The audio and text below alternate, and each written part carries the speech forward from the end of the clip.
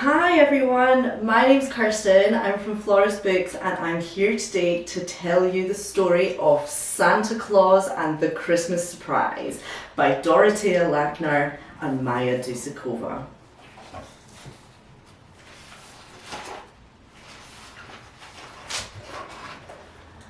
Once there was a sleepy village where it had snowed all day and all night.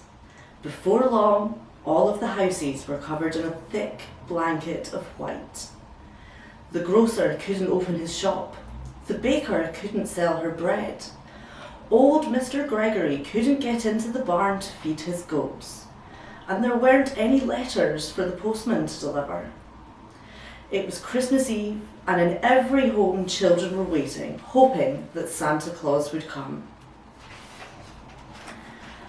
Anna and Michael were blowing little circles on their frosty window and peering outside.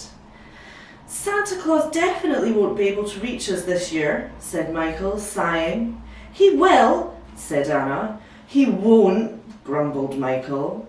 "You'll see," replied Anna. "He'll pull on his mittens, put on his scarf and strap on his skis. Santa always comes on Christmas Eve." "But how will he get through the snow?" asked Michael. "He will find a way and we'll have a happy Christmas. If we wish as hard as we can, Santa will hear us." Anna and Michael wished as hard as they could, and their wish flew out of the village, past barns, over fields and through the forest. After a very long journey, it landed in Santa's beard. From there, it didn't take long to reach his ear.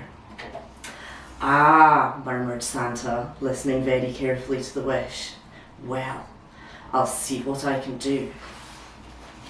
Santa thought very hard about what gifts he should bring to make sure everyone in the village had a happy Christmas.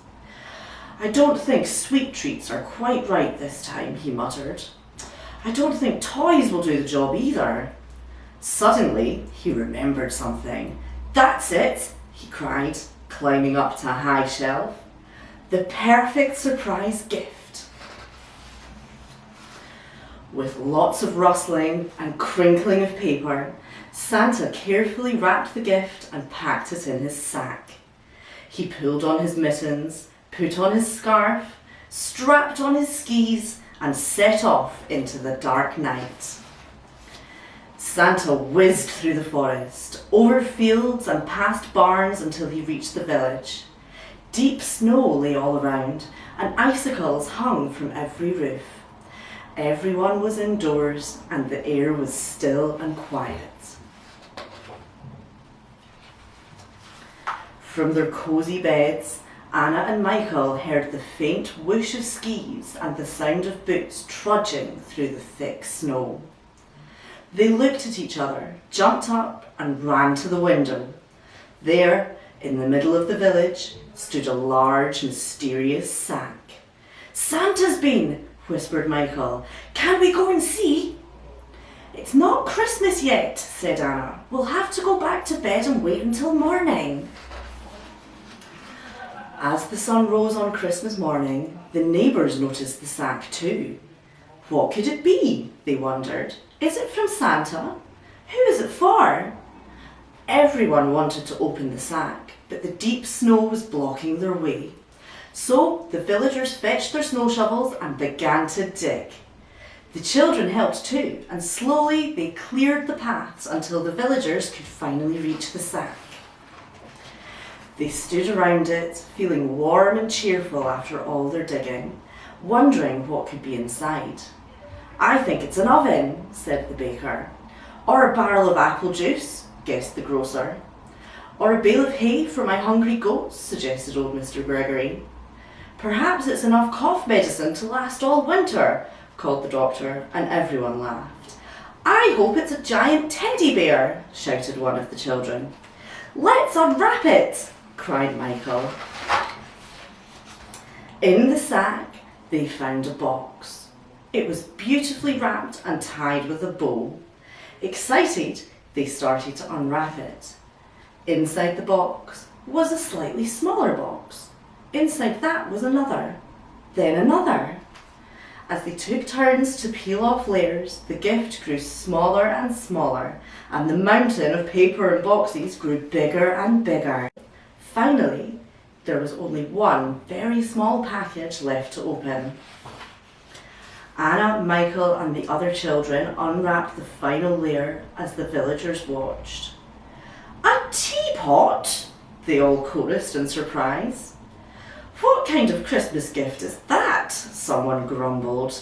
"We can't play with it," whined a child. "But a hot drink would warm us up," said the baker. "Now we've cleared the snow, let's all go back to my house for a cup of tea," said old Mr. Gregory. "It's warm and cosy in my living room." The teapot made enough tea for everyone. The baker shared out bread and biscuits. Anna and Michael fetched a basket of nuts. "Happy Christmas, everyone!" Old Mr. Gregory raised his cup. "It's been a pleasure spending Christmas with you all." The villagers ate and drank and laughed and played and spent a wonderful day together. Michael smiled. "Santa did reach us after all, didn't he?" "He brought everyone a happy Christmas," agreed Anna. "We should say thank you." So they both wished as hard as they could, and their thank you flew out of the village, past barns, over fields and through the forest until it reached Santa's ear. "You're very welcome," said Santa far away. "Happy Christmas, everyone." And that was Santa Claus and the Christmas Surprise. I hope you enjoyed it, and I hope you have a wonderful Christmas.